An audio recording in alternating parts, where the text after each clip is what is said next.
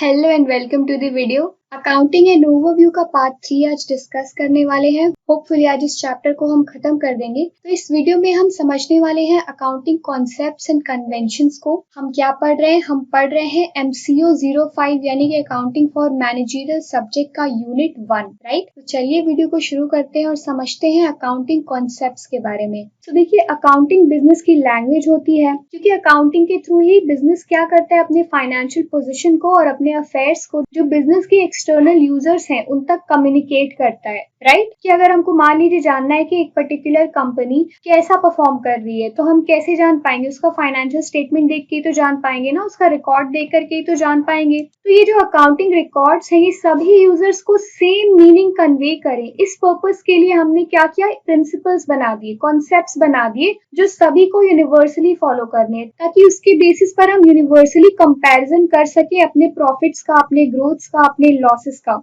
है ना। अगर एक पर्सन इंडिया में बैठ करके फाइनेंशियल रिकॉर्ड प्रिपेयर कर रहा है और दूसरा पर्सन अमेरिका में बैठ करके फाइनेंशियल रिकॉर्ड प्रिपेयर कर रहा है, तो दोनों के बीच में ज्योग्राफिकल एंड कल्चरल डिफरेंसेस तो हैं ही, लेकिन उसके बावजूद हमें एस्टिमेट तो करना है ना, कंपैरिजन तो करना है ना कि कौन सा बिजनेस ज्यादा बेटर परफॉर्म कर रहा है। तो उसके लिए क्या करना होगा? उसके लिए हमको बेस को अपने सेम करना पड़ेगा। इसी वजह से कॉन्सेप्ट्स या फिर प्रिंसिपल्स बनाए गए जो क्या होंगे, सभी अकाउंटेंट्स के थ्रू यूनिवर्सली एक्सेप्टेड होंगे। इसी वजह से हमने यूनिफॉर्मिटी लाने के लिए अकाउंटिंग कॉन्सेप्ट्स को बनाया, जिन कॉन्सेप्ट्स को, जिन रूल्स को, जिन प्रिंसिपल्स को फॉलो करके हम अपने रिकॉर्ड्स को मेंटेन करेंगे। सो देखिए, अकाउंटिंग कॉन्सेप्ट्स 13 कॉन्सेप्ट्स होते हैं यूजुअली। इनको दो बेसिस पर बांटा गया है। सबसे पहला है concepts to be observed at recording stage, यानी कि रिकॉर्डिंग करते वक्त जो हम अपनी बेसिक बुक्स प्रिपेयर करते हैं, उस वक्त की बुक कीपिंग के वक्त हम कौन से कॉन्सेप्ट्स को ध्यान में रख करके अकाउंटिंग करेंगे। और दूसरा है रिपोर्टिंग स्टेज पर, ठीक है, concepts to be observed at reporting stage. जब हम फाइनेंशियल स्टेटमेंट प्रिपेयर करेंगे उस वक्त कौन से कॉन्सेप्ट्स को ध्यान में रखेंगे। तो देख लेते हैं दोनों के अंदर किन किन प्रिंसिपल्स को रखा गया है। सबसे पहला है concepts to be observed at recording stage. इसमें 6 प्रिंसिपल आ जाएंगे। सबसे पहले business entity concept, then second money measurement concept, then objective evidence concept, then historical record concept, cost concept and lastly dual aspect concept। ये कौन से concept है? ये वो कॉन्सेप्ट है जिनको रिकॉर्डिंग स्टेज पे हमको ध्यान में रखना है।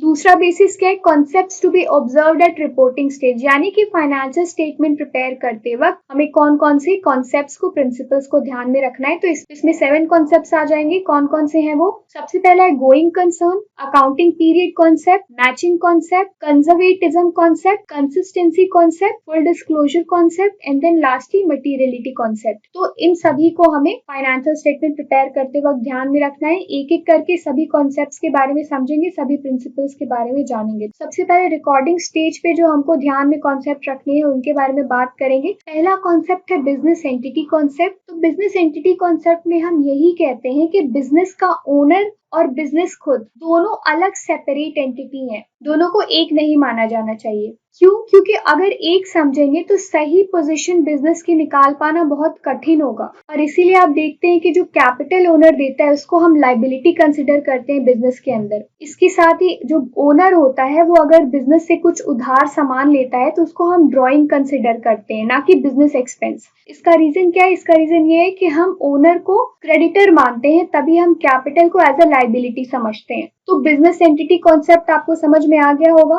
नेक्स्ट बात करेंगे मनी मेजरमेंट कॉन्सेप्ट की। सो मनी मेजरमेंट कॉन्सेप्ट पे हम बात करते हैं कि बिजनेस के अंदर जो भी ट्रांजैक्शन होते हैं, हम उन्हीं ट्रांजैक्शंस को केवल रिकॉर्ड करेंगे जो मनी में मेजरेबल हो, जिनको हम मनी में मेजर कर सकते हैं, ठीक है। चाहे सेल्स हो गया, चाहे वेजेस हो गया, चाहे प्रोडक्शन हो गया, परचेज हो गई, ये सारी कैसी ट्रांजैक्शंस हैं, इनके पीछे मनी इन्वॉल्व है। अगर मनी इन्वॉल्व नहीं होगा तो हम उनका ट्रांजैक्शन नहीं करेंगे। जैसे मान लिया अगर हम क्रेडिट पर कोई सामान सेल करते हैं तो इसके पीछे भी तो मनी इन्वॉल्व है ना, कि हमको फ्यूचर में मनी मिलेगा इसके बदले में। वहीं अगर हम बात करें, बिजनेस में बहुत से फैक्ट्स होते हैं जिनका बिजनेस के ऊपर डायरेक्टली या फिर इनडायरेक्टली इम्पैक्ट पड़ता है, लेकिन उसको फिर भी हम अपने बुक्स में इन्वॉल्व नहीं करते हैं, रिकॉर्ड नहीं करते हैं। जैसे कि मान लीजिए मैनेजिंग डायरेक्टर की हेल्थ खराब हो गई, अब उसकी हेल्थ खराब होने की वजह से बिजनेस में बहुत से काम 2 दिन से रुके हुए हैं, तो है तो ये एक इम्पॉर्टेंट इवेंट, लेकिन फिर भी हम इसको अकाउंटिंग रिकॉर्ड्स में नहीं रखेंगे सिंपली बिकॉज इसके पीछे कोई मॉनेटरी वैल्यू इन्वॉल्व नहीं है, या फिर हम इस इवेंट को मनी में मेजर नहीं कर सकते, राइट। तो ये मनी मेजरमेंट कॉन्सेप्ट हो गया। नेक्स्ट है ऑब्जेक्टिव एविडेंस कॉन्सेप्ट। तो ऑब्जेक्टिव एविडेंस कॉन्सेप्ट में हम बात ये करते हैं कि जो भी ट्रांजैक्शन हम परफॉर्म कर रहे हैं, जो भी रिकॉर्ड्स हम बिजनेस में रख रहे हैं, उसके पीछे प्रॉपर डॉक्यूमेंटेशन होना चाहिए। जो भी इनवॉइसेस हमारे पास हैं, जो रिसीट है, जो कैश मेमोज हमारे पास है, उन सब का हमारे पास एक रिकॉर्ड होना चाहिए, ताकि समय आने पर हम उसको प्रेजेंट कर सके, दिखा सके कि हमने कोई फेक एंट्री नहीं की हुई है, ठीक है। तो एविडेंस हमेशा होना चाहिए हर रिकॉर्ड के पीछे, ये ऑब्जेक्टिविटी एविडेंस कॉन्सेप्ट कहता है, ताकि हम ट्रांजैक्शंस को वेरीफाई कर सके टाइम आने पर। नेक्स्ट कॉन्सेप्ट क्या है? Historical record concept. तो हिस्टोरिकल रिकॉर्ड कॉन्सेप्ट में बात की जाती है कि हम अकाउंट्स में केवल वही रिकॉर्ड रखते हैं जो पास्ट में ट्रांजैक्शंस हमने परफॉर्म किए हैं। हम फ्यूचर ट्रांजैक्शंस को गेस करके फ्यूचर के लिए अभी से रिकॉर्डिंग नहीं कर सकते हैं। सो पास्ट में प्रीवियसली जो ट्रांजैक्शंस हो रखे हैं, हम केवल उन्हीं का रिकॉर्ड रखेंगे। देखिए कॉस्ट कॉन्सेप्ट नेक्स्ट है। इसमें बात ये की जाती है कि फिक्स्ड असेट्स को जिस प्राइस पर एक्वायर किया गया है, वही प्राइस हम अपनी बुक्स में दिखाएंगे, वही कॉस्ट प्राइस हम अपनी बुक्स में रिकॉर्ड करेंगे, ना कि मार्केट प्राइस जो है उसको रिकॉर्ड करेंगे। फॉर एग्जाम्पल मान लीजिए हमने एक प्लॉट खरीदा बिजनेस पर्पस के लिए 1 लाख रुपीज में, तो हम रिकॉर्डिंग क्या करेंगे? 1 लाख रुपीज करेंगे। 2 महीने बाद हो सकता है उस प्लॉट की कीमत बढ़ करके 1.5 लाख हो जाए, तो हमको उससे मतलब नहीं है। हम क्या करेंगे? रिकॉर्डिंग, हम वो रिकॉर्डिंग करेंगे जिसका प्राइस हमने पे किया है अक्वायर करते समय फिक्स्ड असेट्स को। इसीलिए कहते हैं कि जो भी असेट्स होते हैं बिजनेस की बुक्स में, उनको हमेशा कॉस्ट प्राइस पर दिखाया जाता है। इसके साथ ही आपको ये भी पता होगा कि जब असेट हम अक्वायर करते हैं, तो जैसे जैसे टाइम बीतता जाता है, असेट की वैल्यू क्या होती जाती है? कम होती जाती है। तो उस कंडीशन में आप ऐसा सोच सकते हैं कि अगर हम कॉस्ट पर हमेशा उसको रखेंगे तो उसकी वैल्यू डेप्रिशिएट भी तो हो रही है, उसका हम क्या करेंगे? तो उसके लिए आपको पता है जैसे जैसे वैल्यू डिक्रीज होती है, उस पर हम डेप्रिसिएशन चार्ज करते जाते हैं, और इस तरीके से जो प्रेजेंट वैल्यू है उस फिक्स्ड एसेट्स की, उसको मेंटेन करके रखते हैं। सो कॉस्ट कॉन्सेप्ट यही कहता है। नेक्स्ट बात क्या करेंगे? नेक्स्ट बात करेंगे ड्यूअल एस्पेक्ट कॉन्सेप्ट की। ये सबसे इंपॉर्टेंट कॉन्सेप्ट है सभी कॉन्सेप्ट्स में। तो इसमें बात क्या की जाती है कि बिजनेस में ट्रांजैक्शंस होते हैं, राइट। तो हर ट्रांजैक्शन 2 अकाउंट्स को इफेक्ट करता है, 2 अकाउंट्स इन्वॉल्व होते हैं हर ट्रांजैक्शन के अंदर। जैसे यहाँ पे एग्जाम्पल भी दिया हुआ है, every receiver is also a giver and every giver is also a receiver. Example यहाँ पे क्या दिया हुआ है ये भी समझिए। If you purchase a machinery for ₹8,000, you receive machine on the one hand and you give 8,000 on the other hand। तो आपको मशीनरी मिली और आपने किसी को 8,000 रुपीज दिए, तो उस पर्सन को भी तो कुछ मिला। उस पर्सन को क्या मिला? उस पर्सन को मनी मिला। तो एक तरफ क्या हो रहा है? एक असेट तो बढ़ रहा है, दूसरी तरफ क्या हो रहा है? हमारे बिजनेस से दूसरा असेट कम हो रहा है। कौन सा असेट कम हो रहा है? कैश, ठीक है। जब हमने अपने बिजनेस से कैश निकाला, फिर उसी कैश से तो मशीनरी परचेज की ना, तो मशीनरी तो आ गई लेकिन कैश चला गया। इस तरीके से क्या हुआ? 2 अकाउंट्स अफेक्ट हो गए। देखिए जो ड्यूअल एस्पेक्ट कॉन्सेप्ट है, इसी के बेसिस पर अकाउंटिंग इक्वेशन की भी हम बात करते हैं। अकाउंटिंग इक्वेशन भी इसी के ऊपर बेस्ड है, जिसमें हम बोलते हैं कि liabilities is equals to asset, है ना। जो हमारा बैलेंस शीट जो बनता है, जिसमें एक तरफ लायबिलिटी होती है, एक तरफ असेट होता है, तो दोनों क्या होते हैं? हमेशा बराबर होते हैं। और अकाउंटिंग इक्वेशन हमारा क्या कहता है? Capital plus liabilities is equals to asset, यानी कि कैपिटल प्लस लायबिलिटीज को हम मिला देंगे तो हमारा क्या आ जाएगा? टोटल असेट हमारे उतने के ही होंगे। तो ये हमारा अकाउंटिंग इक्वेशन है और बहुत ही बेसिक इक्वेशन है। इसी के बेसिस पर हम जर्नल एंट्रीज भी अपनी परफॉर्म करते हैं। और ये इक्वेशन यही कहता है कि बिजनेस में जब भी कोई कंट्रीब्यूशन होता है कैश का या फिर काइंड का, एक तरफ अगर रिसोर्सेज इंक्रीज हो रहे हैं, उसी तरफ क्या होता है? लायबिलिटीज भी हमारी बढ़ जाती है, इक्विटी भी हमारी बढ़ जाती है। एक और एग्जाम्पल के थ्रू ऐसे समझिए कि बिजनेस को स्टार्ट करने के लिए ओनर ने क्या दिया? ओनर ने कैपिटल दिया। हमारे बिजनेस में कैपिटल आया, तो कैपिटल क्या हो गया? कैपिटल बिजनेस के लिए लायबिलिटी हो गया, लेकिन वही कैपिटल एज अ कैश हमारे लिए असेट का भी काम करेगा। तो 1 लाख अगर लायबिलिटी बढ़ी कैपिटल की, तो दूसरी तरफ 1 लाख का कैश भी बिजनेस में अवेलेबल है एज अ एसेट। तो ये क्या है? ड्यूअल एस्पेक्ट हो गया। तो आई होप आप समझ पा रहे होगे ड्यूअल एस्पेक्ट ऑफ बिजनेस। सो यहाँ पर हमारा जो रिकॉर्डिंग के बेसिस पर कॉन्सेप्ट्स थे वो खत्म होते हैं। नेक्स्ट हम बात करने वाले हैं जो रिपोर्टिंग स्टेज पर हमको कॉन्सेप्ट ऑब्जर्व करने हैं उसके बारे में। सो देखिए, इसमें सबसे पहला है going concern concept. Going concern concept ये कहता है कि बिजनेस जो होता है वो लगातार लॉन्ग पीरियड के लिए हमेशा चलता रहता है। ऐसा बिजनेसमैन अज्यूम करके चलता है कि बिजनेस कभी भी रुकेगा नहीं, और इसी वजह से हम क्या करते हैं, इसी वजह से हम गुड्स और सर्विसेज को क्रेडिट में भी परचेज या फिर सेल करते हैं, क्योंकि हमें पता होता है कि बिजनेस हमेशा फंक्शनिंग रहेगा और फ्यूचर में भी हम पेमेंट कर सकते हैं या पेमेंट रिसीव कर सकते हैं। ठीक है, तो गोइंग कंसर्न कॉन्सेप्ट यही कहता है, चाहे बिजनेस में कितना बड़ा लॉस हो जाए, चाहे बिजनेस का ओनर चला जाए, हम ये मान के चलेंगे कि बिजनेस हमेशा आगे बढ़ता रहेगा। रिलायंस कंपनी कितनी पुरानी है, जो उनके प्रीवियस ओनर थे वो चले गए, बट फिर भी क्या हो रही है, कंपनी जो है वो चलती जा रही है। वैसे ही टाटा है। सो जिस्ट क्या है कि गोइंग कंसर्न में बिजनेसमैन ये मान करके चलता है कि बिजनेस का साइकिल जो है वो बहुत ही लॉन्ग पीरियड के लिए चलता रहेगा, कंटिन्यू होता रहेगा।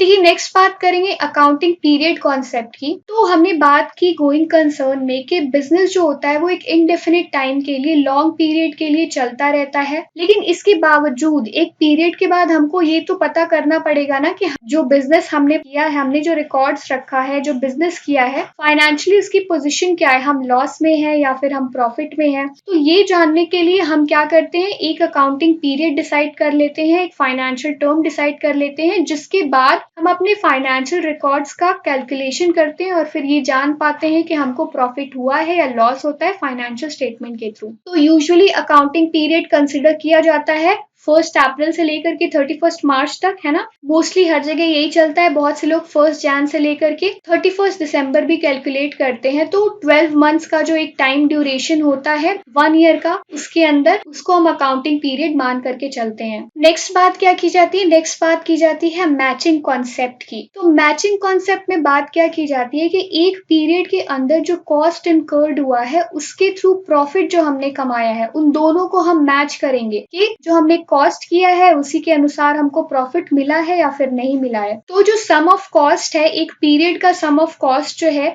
उसको हम डिडक्ट कर देंगे उसी पीरियड में जो हमको सम ऑफ प्रॉफिट हुआ है उससे। तो ये मैचिंग कॉन्सेप्ट हमारा कहता है कि हम कॉस्ट को जो हमने रेवेन्यू गेन किया उसी पीरियड में उससे मैच करेंगे। और ऐसा हम क्यों करते हैं, ऐसा हम इसीलिए करते हैं ताकि बिजनेस ओनर ये पता कर पाए कि ऑपरेटिंग रिजल्ट बेसिकली क्या रहा है और हम कैसे उसको इंक्रीज कर सकते हैं। अगला कॉन्सेप्ट है कंजर्वेशन कॉन्सेप्ट, या फिर इसी को हम प्रूडेंट कॉन्सेप्ट भी कहते हैं। सो देखिए, ये कॉन्सेप्ट क्यों बनाया गया है, ये भी एक इम्पॉर्टेंट कॉन्सेप्ट है। ये कॉन्सेप्ट इसलिए बनाया गया है कि बिजनेस में जो अनसर्टेनिटीज है उसको हम अच्छे से रियलाइज करें और उसको पहले ही जज कर ले। ठीक है, पहले ही जज कर ले ताकि अचानक से अगर कोई लॉस इनकर्ड हो तो बिजनेस को शॉक ना लगे। तो इसे हम कहते हैं प्लेइंग सेफ, है ना। प्लेइंग सेफ में क्या होता है, हम जो लॉस हमको फ्यूचर में दिख रहा है उसको पहले से ही हम प्रिडिक्ट करके उसके लिए प्रीवियसली क्या करते हैं, एडजस्टमेंट करके चलते हैं, इंतजाम करके चलते हैं। तो ये कॉन्सेप्ट कहता है कि जितने भी प्रोस्पेक्टिव लॉसेस हैं उनको ध्यान रखना चाहिए, उनको पहले से ही एंटिसिपेट कर लेना चाहिए, और जितने भी एंटिसिपेटेड प्रॉफिट्स हैं उनको छोड़ दिया जाना चाहिए। तो ये प्रिंसिपल कहता है anticipate no profit but provide for all possible losses. जितने भी पॉसिबल लॉसेस हैं उनको कंसिडर करिए अकाउंटिंग रिकॉर्ड्स बनाते वक्त, लेकिन जो प्रॉफिट्स हमको फ्यूचर में गेन होने की संभावना है उसको एंटिसिपेट मत करिए, उसको फ्री छोड़ करके चलिए। हो गया तो अच्छी बात है, नहीं हुआ तो भी अच्छी बात है। और इसका अच्छा एग्जाम्पल आपको अकाउंटिंग रिकॉर्ड्स में देखने को मिलेगा। जब भी हम क्लोजिंग स्टॉक को रिकॉर्ड करते हैं तो हम मार्केट प्राइस और कॉस्ट प्राइस दोनों में से जो कम होता है उस पर करते हैं, है ना, लेसर वैल्यू पर हम उसको रिकॉर्ड करते हैं। सो कंजर्वेटिज्म कॉन्सेप्ट यही कहता है। नेक्स्ट बात क्या करेंगे, नेक्स्ट बात करेंगे कंसिस्टेंसी कॉन्सेप्ट की। तो देखिए, कंसिस्टेंसी कॉन्सेप्ट में ये कहा जाता है कि जो भी एक प्रिंसिपल या रूल हमने उठा लिया है अकाउंटिंग को रिकॉर्ड करने के लिए, हमको वही रूल फॉलो करना है फाइनेंशियल स्टेटमेंट को बनाने में। इससे क्या होगा, कंपैरिजन करना आसान रहेगा। इसको एग्जांपल के थ्रू ऐसे समझिए कि मान लीजिए अगर हम डेप्रिसिएशन रिकॉर्ड कर रहे हैं स्ट्रेट लाइन मेथड पे, तो हमको कोशिश क्या करनी है कि हम हर ईयर में स्ट्रेट लाइन मेथड से ही डेप्रिसिएशन को रिकॉर्ड करेंगे। तो कंसिस्टेंसी से क्या होता है, पर्सनल बायसेस जो होते हैं उनको भी हम अवॉइड कर सकते हैं और रिजल्ट जो होता है वो कंपेयर कर सकते हैं ईयर टू ईयर। नेक्स्ट है फुल डिस्क्लोजर कॉन्सेप्ट। तो ये कॉन्सेप्ट कहता है कि जब भी हम अकाउंटिंग रिकॉर्ड्स को, फाइनेंशियल स्टेटमेंट्स को प्रिपेयर करें तो ऑनेस्टली सारे रिकॉर्ड्स को हमको डिस्क्लोज करना चाहिए। जो भी सिग्निफिकेंट इन्फॉर्मेशन है बिजनेस से जुड़ी हुई वो हमको रिवील करना चाहिए ताकि इंटरेस्टेड पार्टीज के साथ कोई अन्याय ना हो। फाइनेंशियल स्टेटमेंट जो है वो बिल्कुल प्रॉपरली कम्युनिकेट कर पाए एग्जैक्ट पोजीशन बिजनेस की।